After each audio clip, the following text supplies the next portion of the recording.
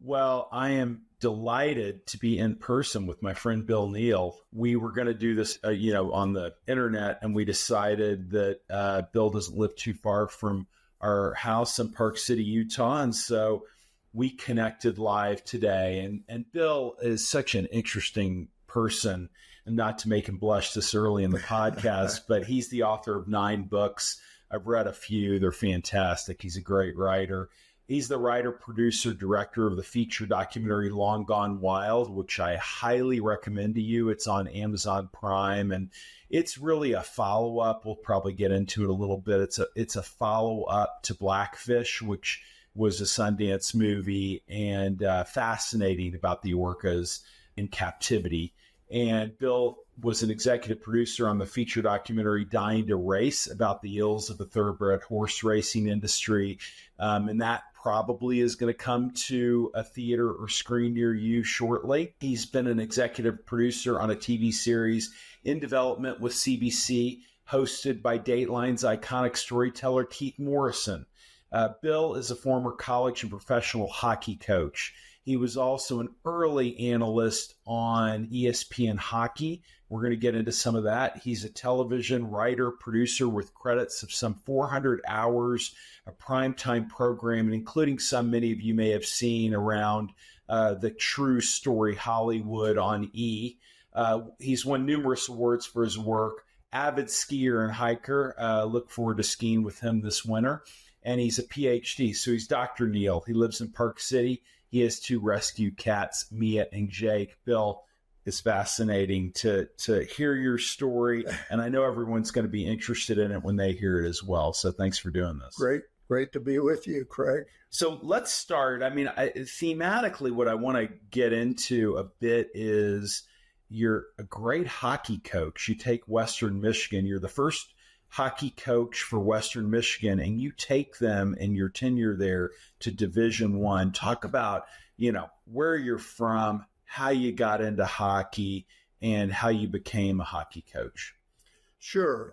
Well, I grew up in a small town about the size of Tim Waltz's hometown. We had actually more people because there were 500 in the town I grew up in. He had 400. But when I was a young teenager, my family moved to Sarnia, Ontario, which we consider to be the big city. It was about 50,000 people. And that's where I started playing organized sports. I played all the sports, hockey, baseball, football, basketball, volleyball in high school, all of that. And actually, I was probably a better baseball player than a hockey player. I was scouted pretty extensively by the Detroit Tigers. And unfortunately, when I was I think I was 16 or 17, I'm a lefty, and I got bursitis in my left shoulder. And so that pretty much ended that. But when I went on to college, I went to Western Michigan University, as you said, as an undergrad. And then I went to graduate assistantship at Bowling Green State University under Jack Vivian, who was the coach there. And Bowling Green at the time was really a young program, but growing fast. And so I learned a lot under Jack. And then when I went back to Western Michigan to start on my doctorate degree, I started coaching the team, which was a club team at the time. And but we started to create some ripples around Kalamazoo, Michigan, where Western Michigan is based. And an arena was built, not on the university first. It was a private arena. And the first game that we played in that arena, there were 500 people waiting outside, standing room only in the building, and about 500 people outside that couldn't get in. Wow. So we knew we had something going. And then to fast forward a couple of years later, the university built a beautiful arena that seats about 4,000 people, and it's still there. They're still playing in the building. I was back for a reunion in February, and the building looks like it was built 5 years ago. They've kept it in beautiful shape. So I was there at Western Michigan coaching for 8 years, and then I went to Indianapolis. And Indianapolis, of course, was a professional team at the time, which was in a league that ultimately, in part, merged with the NHL. Is that right? Eventually, yes. It was the World Hockey Association. And yes, eventually it merged with the National Hockey League. So we've got a little show and tell for you today because for those who are not big hockey fans, I'm certain that all of you will have heard the name Wayne Gretzky, which if you're a bigger basketball fan, he's certainly the Michael Jordan of hockey, but some consider him the greatest professional athlete of any sport, the most dominant professional athlete. And Bill, you were his first professional coach. Is that not correct? I was. When Wayne came to Indianapolis, they had a luncheon. And how old is he? He's 17 at the time. Yeah. And he signed a personal services contract for $1 million, which was a lot of dough back then. We had a luncheon. The mayor was there. The governor was there. It was a big deal. And then we went back over to the rink in the afternoon just to play a kind of a scrimmage game, right? And naturally, Pat Stapleton, who the great Chicago Blackhawk player, former Blackhawk player, was the head coach. I was the assistant coach. Naturally, Pat picked Gretzky on his team. And the veteran players, and we had a bunch of them, the veteran players were looking at this kid because he was, the stats said he was 6 foot, 180 pounds. He was 5'11", 160 at best. And he had this baby face, and these veterans were like, what's the deal with this kid? He gets $1 million. Come on. Well, we go over and we start playing this game. And really within the first couple of minutes, my team, who was playing against Gretzky, the players were coming off the ice and they were just like, did you see what the kid did? Did you see what that kid did out there? And so it was pretty evident right off the top that this kid was going to be great. And fortunately for me, as an assistant coach, I had a call from the sports director in Kalamazoo, Michigan, Jack Moss at the time. And Jack asked me what I thought of Gretzky as a talent. And I said, Jack, he will break every record in hockey before he's done. And fortunately, Jack printed that. So I have an article that says that. That was when Gretzky was maybe in his third week of pro hockey. That's amazing. Yeah. And the show and tell, we have 2 items of show and tell. We'll get to the other one later. But the stick. So this is and I don't know if it shows up on there very well, but this is the first batch of sticks that were sent to Wayne Gretzky. And if you can see there, his name is spelled wrong. It's Gretzky, and his is a Z instead of an S. So I always thought that was kind of interesting that his first batch of sticks. Little did they know, right? Yeah. Well, besides the skill level, which is obvious with Gretzky, what was the mental part of the game that made Gretzky so special? Well, everybody talked about Wayne's office, which was behind the net. Yeah. And he had such great anticipation. But one of the things that make, I think, any great athlete, whether it's Gretzky in hockey, Jordan in basketball, Dan Marino in football, any of these, they tend to, and Gretzky was classic at this, they tend to see what's going to happen before it happens. Mm-hmm. So where most players will go where the puck is going, Gretzky will go where it's going after that. So his anticipation was great. And of course he had, he could shoot, he had a hard shot, he had an accurate shot, and he was a magician with the puck. Yeah. And he was a good skater, although not a great skater. So it was a lot of finesse that he did. And I saw lots of players trying to nail him in the boards, and it was almost impossible to do because his anticipation was right. Yeah. Yeah. How many business leaders have we heard using Gretzky as a metaphor for business, right? How to be successful in life, anticipating a few steps ahead of where most people think strategically. So it's really cool that you saw that at the very beginning, at the infancy of his professional career. Now, one of my goals, you and I talked about this the other day, one of my goals is to try to synthesize your story, because some people might look at it and say, oh, what's a hockey coach doing, writing 9 books, producing all these great TV shows and documentaries, etc. But there's a creative element of coaching. I know that there's a story of during your tenure when you played St. Louis for Western Michigan. Talk a little bit about this linkage between your creativity as a coach, if you would be immodest, and how that kind of translated a little bit into your later life as a creator. Sure. Yeah, I think Steve Kerr the other night at the Democratic National Convention really gave a superb speech, and he talked a lot about leadership. Yeah. And of course, he's as a player, as a coach, and now winning the gold medal is second to none, really.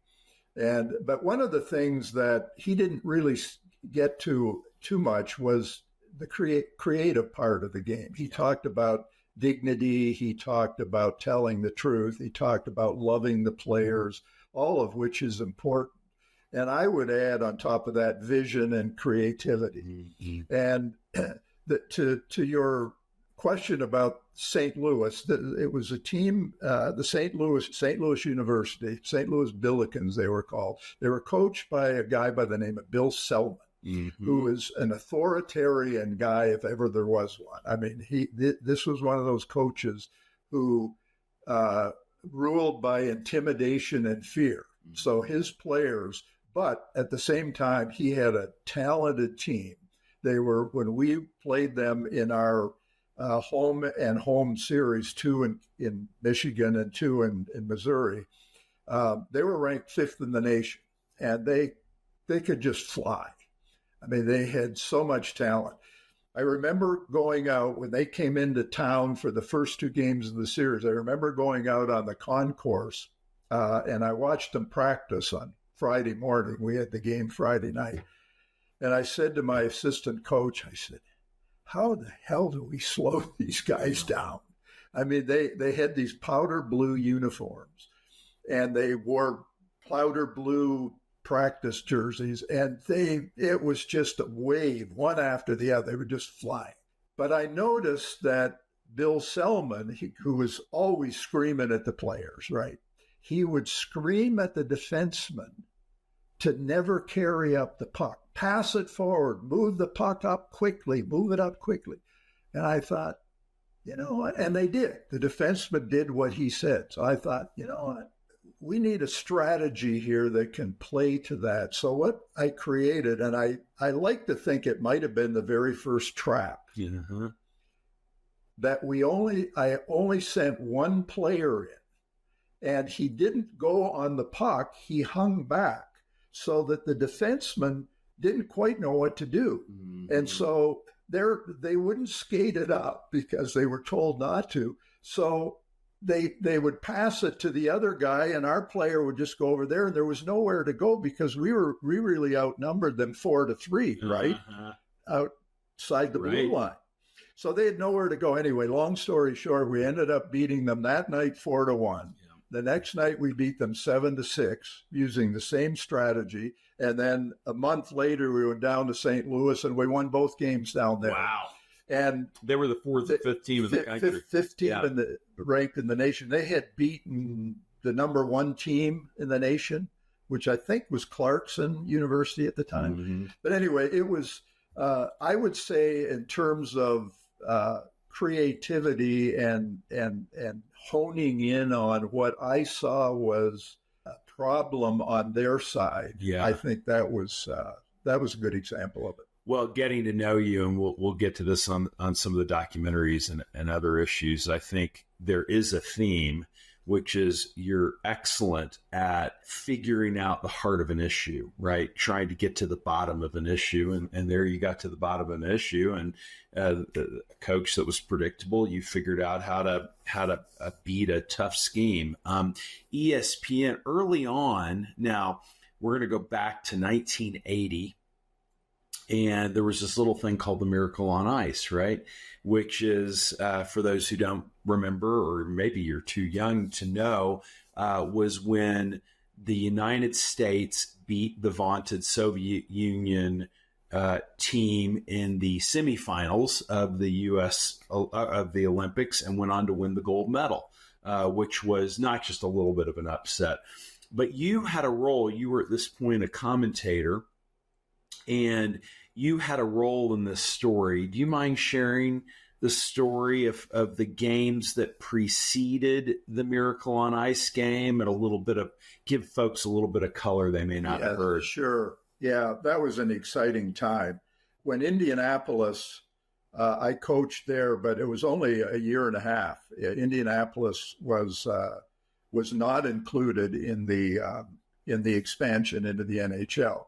Gretzky had been traded to Edmonton, so that's how he ended up there. Mm-hmm. So I was kind of at a crossing point in my life. Did I want to stay in hockey or what?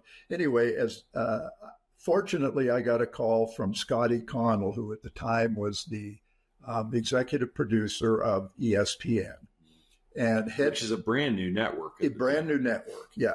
I didn't even know when the friend of mine who referred me, Larry Osterman, good friend, former Tiger broadcaster.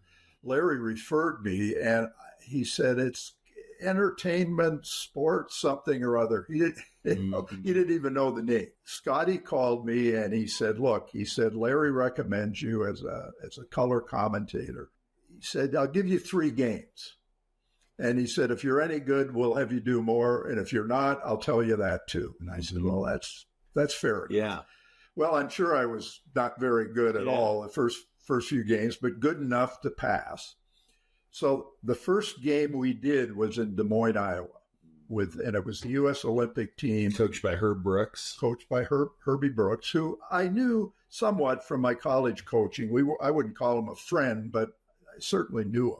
That first game, they played the St. Louis Blues, which was a mediocre NHL team at the time. And the next day, the game ended. We did the game. The next day, we got on the plane and flew to Minneapolis, where they were playing the Canadian Olympic team the next night.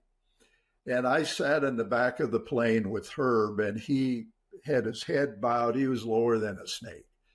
And he looked at me and he said, Bill, he said, we lost 9-2 last night to the St. Louis Blues. He said, do you realize how bad the Soviets would beat the St. Louis Blues? Total depression. Fast forward 4.5 months, we covered, I think, 70 of their games. Mm-hmm. And it got to as you mentioned, they beat the Soviets in the Miracle on Ice game. And we all remember back those days, Al Michaels. Do you believe in miracles? You got it. Yeah, one of the most famous lines ever in broadcasting, I think. And I remember Al talking about that later, and he said that was not rehearsed. He said it just came to him at the moment. So, but leading up to that, the week before, we were in Lake Placid to do a pre-Olympic tournament that included Canada, the U.S., Sweden, Finland, and the Czech and Russian B teams, not the A teams. And the U.S. won that tournament, and they beat, I don't recall if they played the Russian B team, but they beat the Czech B team 4-1. Mm-hmm. And the Czech B team was as good as most NHL teams. And after that game, and I wish this is going to sound braggadocio, but after that game, we went back and there were a dozen of us sitting around the room. from the broadcast. And I said, I think these kids have a chance. Yeah. And everybody said, yeah, they could win the bronze. They could win the bronze. And I said, no, I think they can win it all. Yeah. And these guys are looking at me like, what, Neal, what are you smoking? Yeah. And they said, okay, well, why do you think that? And I said, number one, they're playing at home in Lake Placid. Crowds are crazy. Mm-hmm. Number two, their goaltender, Jim Craig, is playing out of his mind. He's playing great hockey. And I said, number three, the big one, is that Herb Brooks has the team playing a European style of hockey, not the dump and chase that the Soviets were expecting. But if they had nowhere to go, they would circle back around and pass to a teammate, much like they do in soccer, right? Right. So those were the reasons, and I did not. You were pressing. I did not have the guts to go on the air that night and say that, because I thought, well, everybody's going to think you're nuts. But you at least got some witnesses, right? I had at least a dozen witnesses. Yeah, that's good. Yeah, no, I mean it's interesting because we actually met through a common friend, Kami Richardson, who's done this podcast and told the story of being a firefighter in New York, hanging from the rafters to watch this game, which of course wasn't. It was tape delayed. It wasn't televised. It was on the. I listened to it on the radio. That was it was an afternoon game. Right. It wasn't even at night. Yeah, right. Yeah. And just so folks understand it, the Soviet Union Red Army team was basically unbeatable. It was a collection of the best Russian hockey players, whereas the Americans back then, you were not allowed to be an NHL player. So it was a very different format than we have today in the Olympics. So what a great story. Yes, they were all college kids, right? That playing on the U.S. team. They were all college, and some of which Kenny Morrow and Mark Wells and some of those guys I had coached against. They played for Bowling Green, and so yeah, they had no business really being on the same ice with that. So the Soviet team was a machine, and they were outstanding athletes, and so it truly was the upset of the century. Yeah, it really was. Now, there's one great story from your broadcasting and coverage of the Red Army team, if I recall, the B team. Talk a little bit about that interview you did. Yes, that was interesting. I handled, in addition to the color commentary during the game, I also handled between period interviews. So I would get up with a minute or so to go at the end of a period and go set up. They'd have a camera in another location.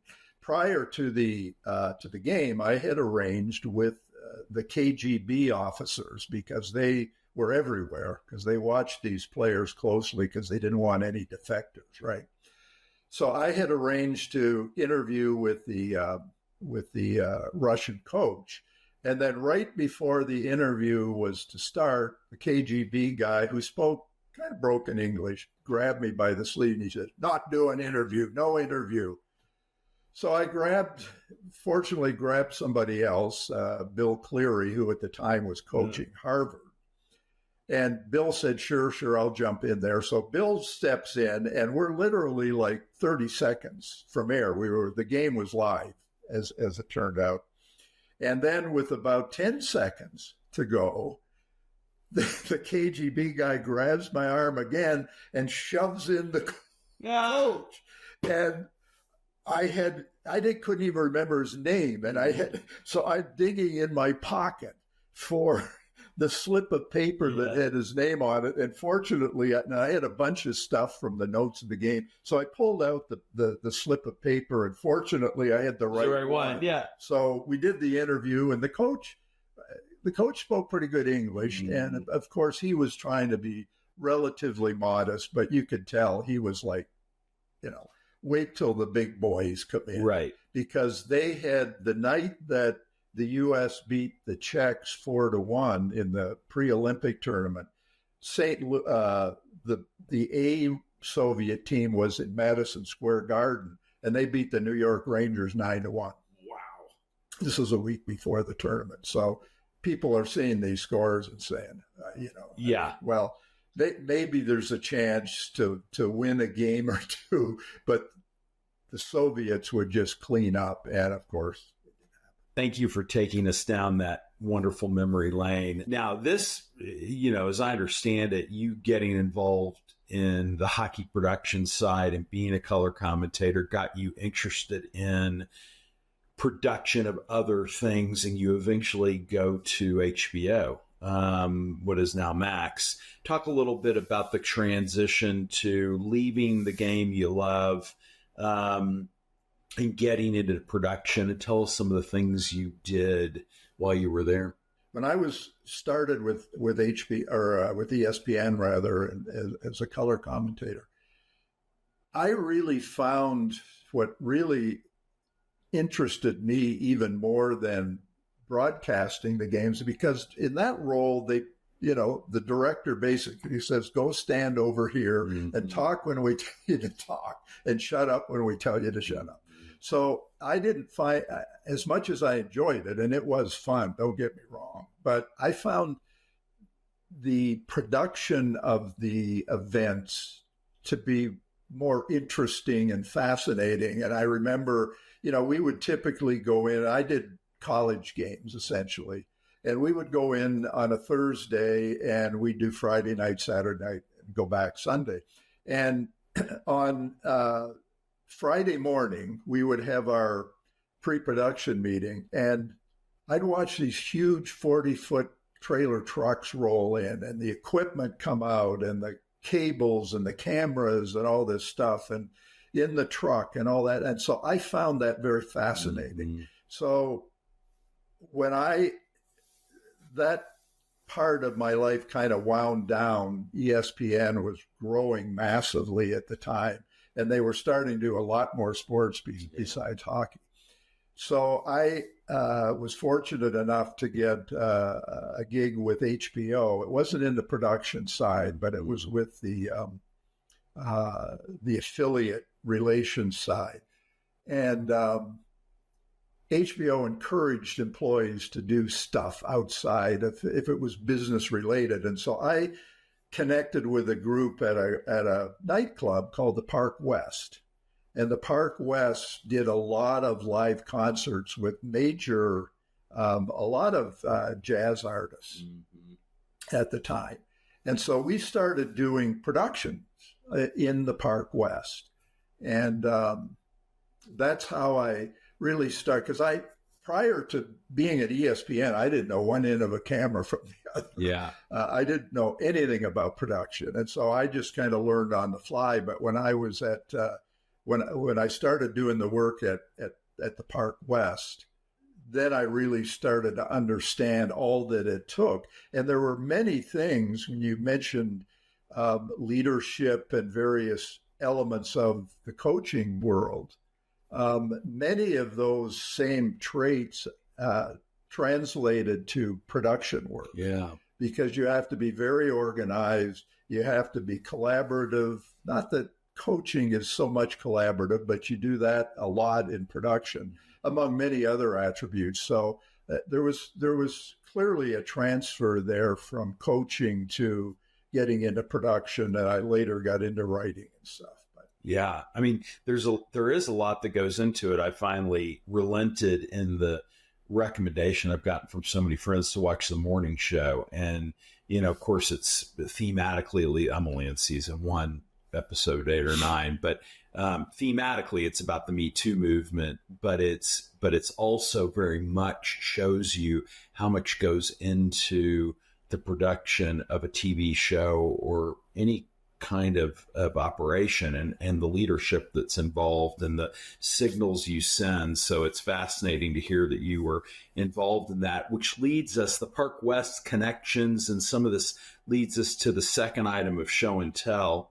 Tell us about the Super Bowl Shuffle, which for those who don't remember, was the great commercial done by the Chicago Bears in the 80s. And I have a number of friends who are big Chicago Bears fans who will get a kick out of this story. So tell us about the Super Bowl Shuffle. Oh man, that was quite an adventure.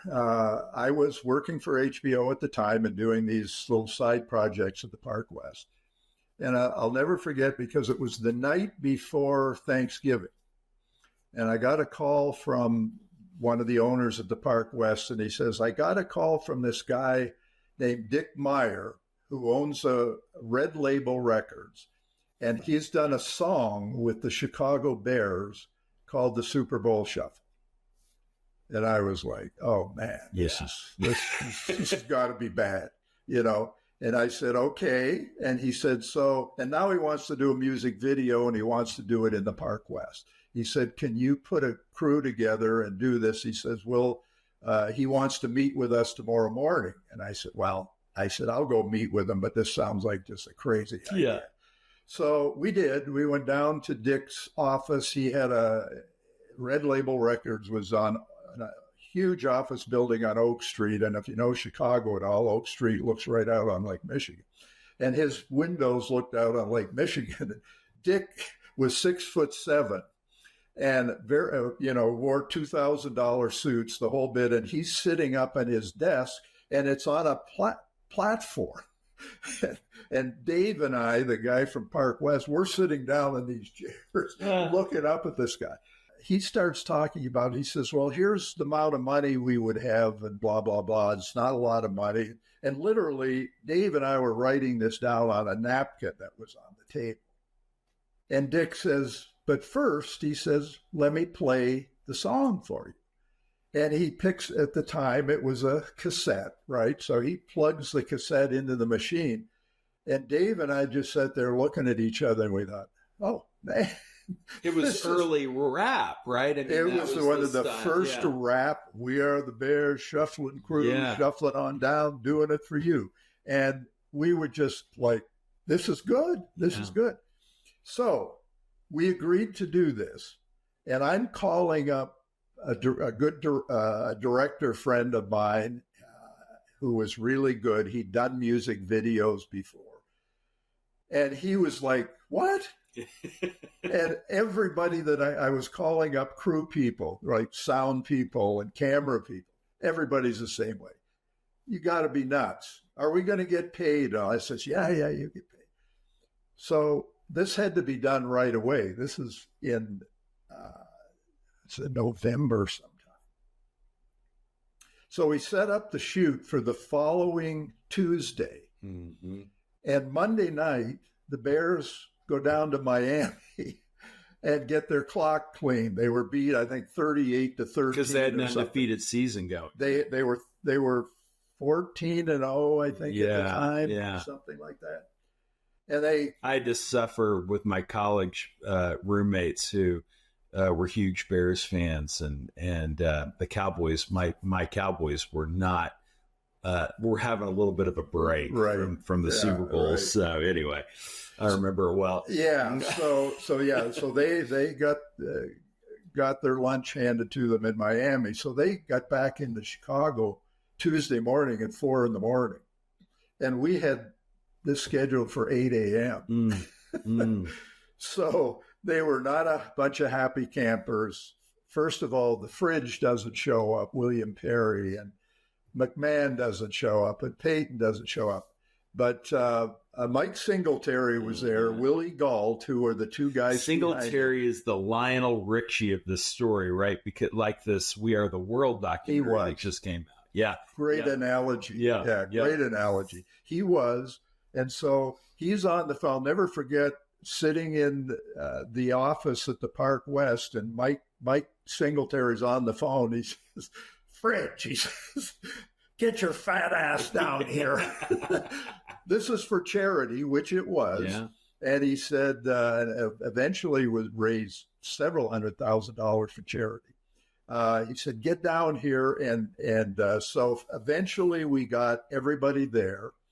And we were shooting bits and pieces of it before. And we also had to shoot because the distributor said we can't put out a 6-minute video. We need at least 25 minutes. So we had to shoot a making of the Super Bowl Shuffle on the fly. So we had another camera guy there. So we were doing that, and I remember Singletary with these big linemen, and he says, "You got to shuck. You got to shuck." And Richard Dent, who of course was a great defensive end. Yeah. Richard Dent had no rhythm. Yeah, had no rhythm whatsoever, and so Dent is looking awkward as could be out there. So yeah, but hey, we got it done. You got it done, and our second show and tell item is you won an award for it. Well, the team did. Yes, it's yes, you can kind of see there. I think you can see it is presented to William D. Neal for more than 50,000 sales of retail value over $2 million of the music video, The Super Bowl Shuffle. That's fabulous. That's really great. It was very cool to receive this, and as I said, the vast majority of the money, other than just the basic production costs, which were really minimal, people would laugh at it if they knew the budget, but raised a lot of money for charity. Yeah. And I remember the post-production part of this was a whole other story, which I won't get into. It was Dick Meyer literally had, because the orders were so many, he had 100,000 orders within a day. And there was no facility in Chicago that could crank out, at the time, VHS tapes, right? So he had, as I was sitting in the edit bay, Dick kept calling me every hour because he had 2 Lear jets sitting at O'Hare, one going to the West Coast and one going to the East Coast. And they both needed, of course, the master tapes. Master to reproduce, yeah. So it was a pressure cooker. Yeah, wow. But we got it done, and I remember I went out for a run about a week later, after the tapes came in, and I stopped in this small store on Oak Street, just a little small retail store, and they had a sign in the window, the Super Bowl Shuffle.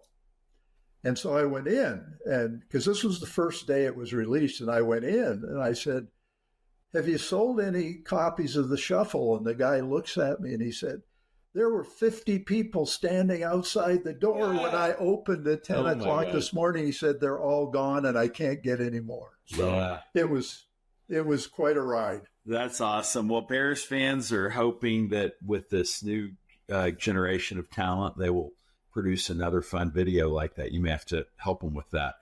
All right, I'm going to shift to some of the wonderful work you've done in other areas, including the work, the True Hollywood Stories. These were profiles, if I remember correctly, on E. Numbers, dozens of them, if I recall correctly, on a John Belushi or all these great actors and the stories. But how did somebody come up with that idea? And tell us a story from that experience. Sure. When I moved from Chicago after doing some of the work that I just mentioned, I was living and working in Chicago. We had a small production company after I left HBO. And then I thought, you know what, if I really want to be in this business, I need to be in LA. So I moved to Los Angeles and really didn't know anybody. But fortunately, I was invited to meet with a producer at E! Entertainment Television. And I went in and basically we talked hockey most of the time. And so I was hired as a producer. And the executive producer of E! True Hollywood Story, Jeff Shore at the time, Jeff had pitched doing the first show on a young actress named Rebecca Schaefer, who was murdered in her home by some crazy stalker guy. And Jeff said, this would be an interesting story. So he agreed to do that first story, and it just took off from there. Yeah.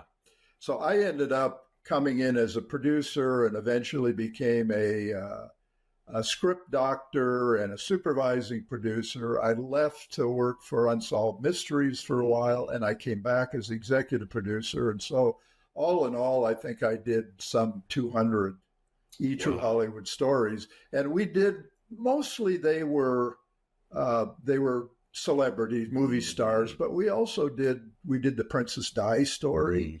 We did Bill Clinton. And so we did a number of people outside the Hollywood community. Any interesting stories that came about that you recall from one of the true stories? You know, people often ask me, what was my favorite story? And I often said, you know, surprisingly, it was Chris Farley. And Chris, of course, died as a very young guy. He had every addiction imaginable: drugs, alcohol, sex. You know, he was a very troubled guy, but the sweetest guy. And I interviewed his counselor as part of doing the show. And he said that Chris, unbeknownst to anybody, used to drive down Venice Boulevard in LA, and he would pick up a homeless guy and take him out and buy him dinner and clothes and all this kind of stuff. I mean, he was the sweetest guy. And I always remembered that because, of course, everybody remembers him as the salesman that lived down by the river and that whole thing, which was hilarious. And I remember going down into the edit bays with the editors. Just, you know, we'd be in tears laughing, watching skits and stuff. That was fun. And one of the other interesting ones is we did a show on Russell Crowe. And they're just about to come out with a new Gladiator. Exactly. And we were down to literally, we had 2.5 minutes of editing to still do, and we were out of time. And we had never missed a deadline to get the show on. And I remember sitting in the edit bay, and the editor says, I can't edit, you know, two minutes of footage in an hour, he said.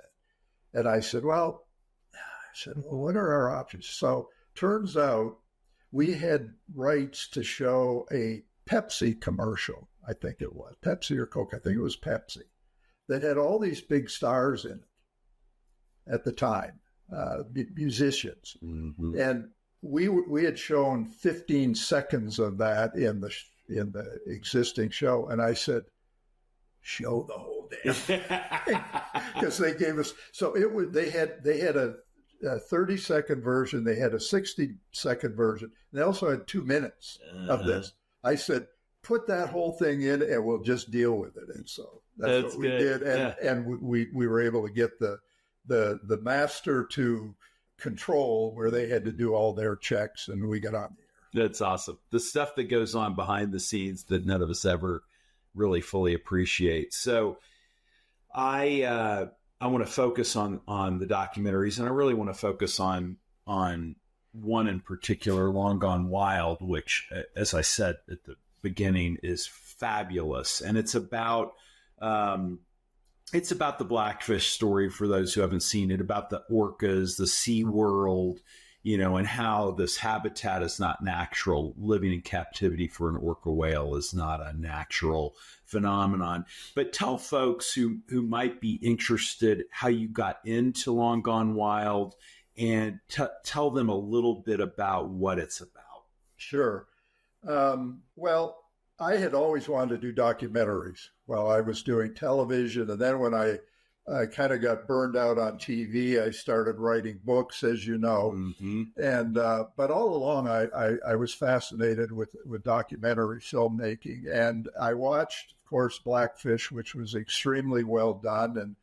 as you know, almost put SeaWorld out of business. Yeah. The backlash was enormous. But over the next several years, that came out in 2013, and over those next several years, things changed somewhat at SeaWorld. They made some concessions, but the 20 orcas were still there. Mm-hmm. They didn't go anywhere. Mm-hmm. So I thought, and there were... It really kind of couldn't, because you can't put an orca that's been in captivity back out in the wild, or else it get killed. Exactly. They don't know how to hunt. They don't know how to kill, because they're fed. Yeah. Right. So I thought, well, there were lawsuits around this whole thing, and there was a lot of stuff going on. So I thought, an update on Blackfish would be cool, but also pick it up from there and move forward. And there were two key things that and you and I talked about this. One was the Whale Sanctuary Project, which is about to open their sanctuary now in Nova Scotia, where they can accept beluga whales and orcas. They have spent years testing waters, and essentially what it is a cove. So they will block off with a net so the whales can't get out into the open sea. But the area is like 300 times the size of these concrete tanks that they're stuck in. So that was one. And so we did interviews with the key people at Whale Sanctuary Project. And then the other element that wasn't part of Blackfish was what was going on in China. And they were building marine theme parks monthly all over the country. In Russia too, right? They did in Russia too, but China even more so. Mm-hmm. And what they were doing is they were hiring these Russian renegades to go out into the Sea of Okhotsk, which is way on the Far East, and capture killer whales and send them to China for $7 million a pop. Wow. So that I really wanted to focus on. And as we went to China to one of the theme parks just to see it firsthand. And this is a very long story, which I won't get into, but Rick O'Berry agreed to go with me at the time. And if any of the listeners or viewers saw The Cove, about the Japanese killing of all the dolphins. Oh, right. It won an Oscar as best documentary. Rick was the key guy. He was the guy that was there. Well, Rick went with me to China, and we were snooping around this area where we weren't supposed to be.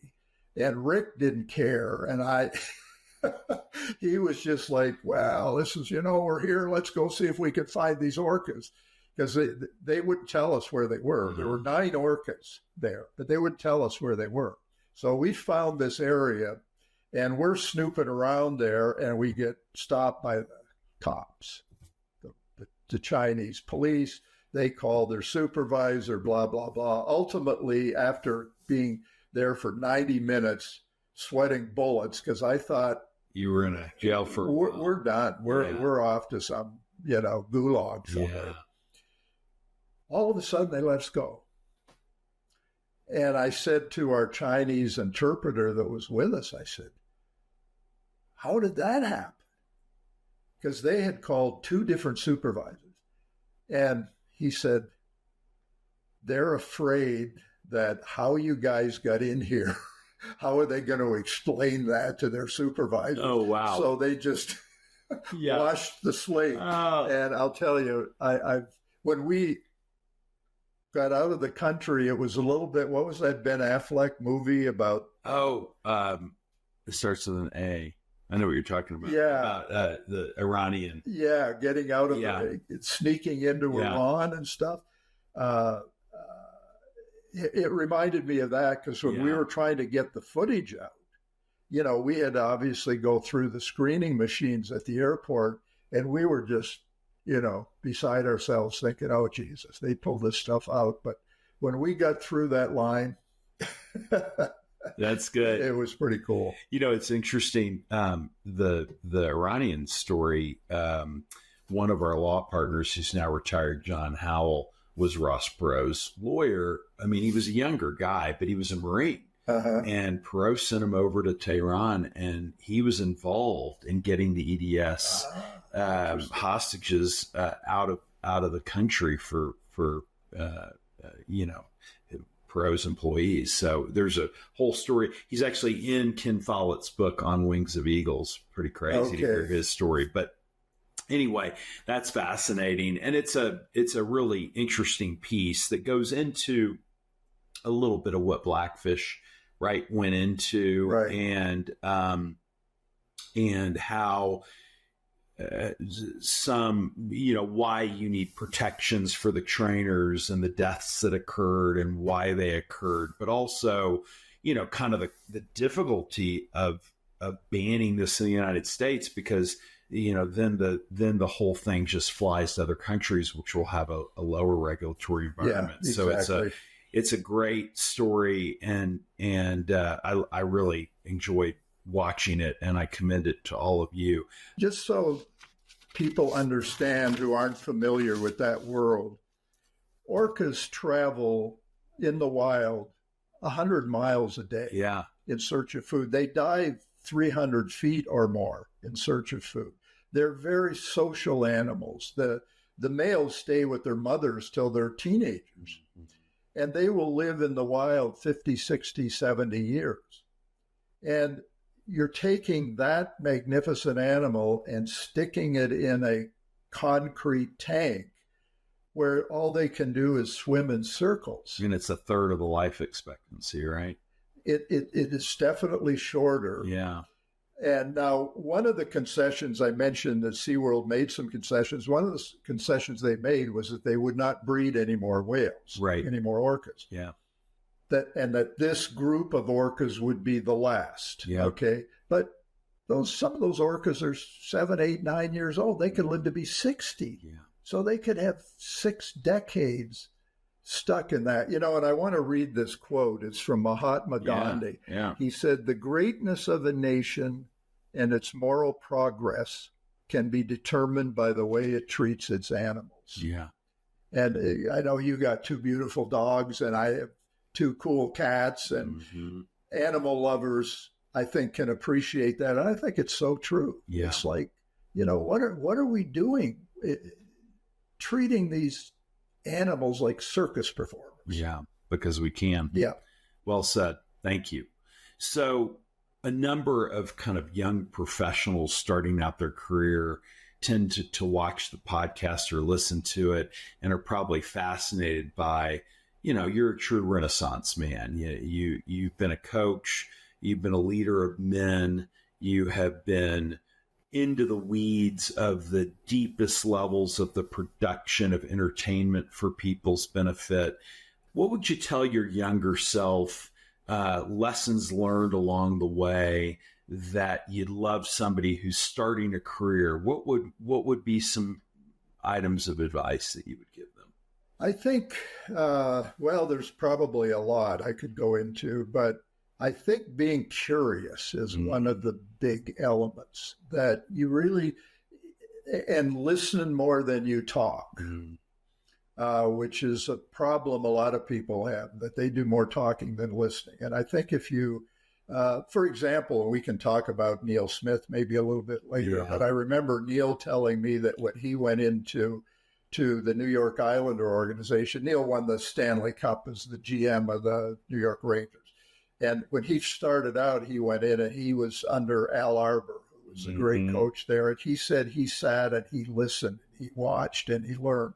And I would say that's one of the key things, is try to find a mentor who knows his or her stuff. Yeah.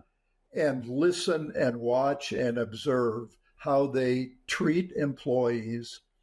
I mentioned Bill Selman earlier. That was not my style at all. I did not agree with Bill's style, and his players did not like him. Yeah. But they they performed. They were good. They were talented. They wanted to win aside from Bill. But I think watch how these leaders perform. How do they treat people? How organized are they?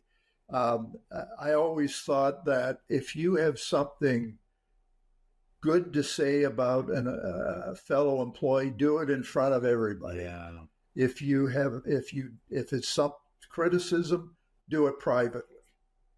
The rest of the group doesn't need to know. And I think teamwork, obviously, in certainly both in coaching, but at the corporate level, you ended up wherever you are, whether it's in the legal world or wherever you are, you're going to be working with a team. Yeah. And you've got to be able to not only work closely with those people, but, there's times where, nobody's going to get everything they want. And you got to be able to compromise. And unfortunately, in our political world right now, that isn't happening. Right. And hopefully, and I won't get into too much politics here, but hopefully with the new direction, that can start to shift. Yeah, no, it's, and look, it's the teamwork comes from the curiosity and the empathy and the compassion for others, because if you don't understand what's going on in somebody else's head, you can't be a teammate, right? So your fundamental point on curiosity really runs through the whole thing. And obviously you're curious because of all the different things you've done.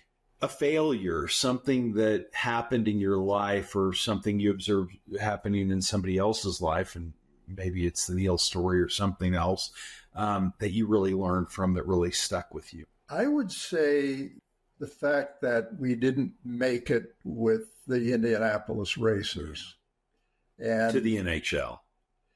Well, the Indianapolis Racers actually closed down. Got it. Yeah. Shortly after Gretzky was traded, there was a press conference. Nelson Skelbania, who owned the Edmonton Oilers and had provided the $1 million check to Gretzky to sign him, he said, I'm done in Indianapolis. So I remember there was a press conference, and I remember meeting with the coach, Pat Stapleton, and I snuck out the back door. I couldn't attend the press conference. It was really heartbreaking because we had put a lot into making that team work. And so I think that was one of the most disappointing. What did you take from it that kind of propelled you?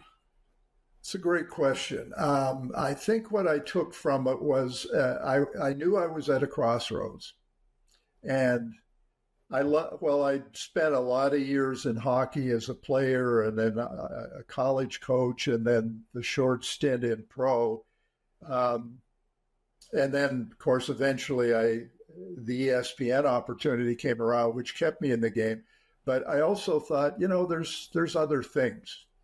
Sports is important to me. It's been part of my whole life growing up and whatever, but I said there's other things. And as I mentioned, when I got introduced to the whole production world through ESPN, I realized, I can maybe do that. And eventually, started not only producing, but writing. Yeah. And realized that, I can write reasonably well, and the people at E all thought that, so that's when I kind of transitioned into books. Yeah, it is propitious time, and we talked about it at the beginning, but to timestamp this interview, last night was the acceptance speech by Tim Walz of the DNC, and no politics. This isn't a show about that, but his story, his journey is fascinating because, like you, he was a coach, and he kind of tells the story about taking care of his neighbors and doing the right thing.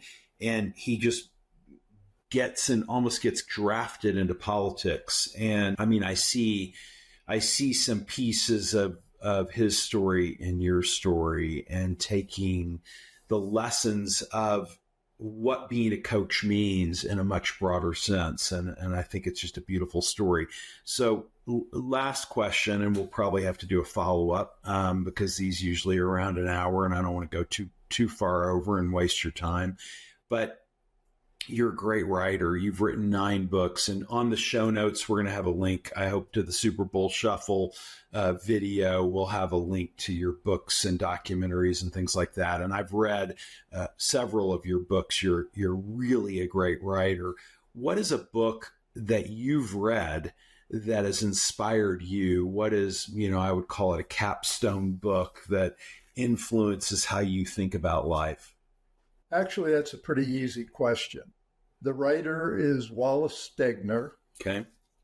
And the book is Angle of Repose, which was named by many book critics as the #1 book of the 20th century. Oh, wow. Which tells you it was clearly a #1 bestseller. But I remember one passage. It's a vast story about moving to the growth of the West, basically, back in the day. And I remember one passage that always stuck to me, and he was talking about his grandfather. So it was historical fiction. Mm-hmm. And he's talking about his grandfather who helped populate the West. And he said he was riding from one town to another. And he said when he finally arrived, he looked like he had made a 13-day ride over a 4-day road. Mm-hmm. And that, visually, you don't have to say he had dust on him. He was, tired and whatever. That in one sentence said it all. And he was a master at that. So that was the book that I think I've read it several times. Yeah. I have not read it, and it's going on the list. So thank you for that. And we had not talked about that yet. So I look forward to that one. Bill, we've been friends now for a couple years, 2-3 years, and you're such a kind person. And you were so generous today with your time, but you've always been generous to me and my family and always been so considerate. And it's been special to do this with you today. So I want to tell you how much I appreciate it. Oh, thank you. Special to me too. And, I love your Dawn and the kids and the whole group. And it's been so much fun. And we met through our mutual friend, Cam. That's right. Yep. So, thank you. I've enjoyed this very much. It's fun. Me too.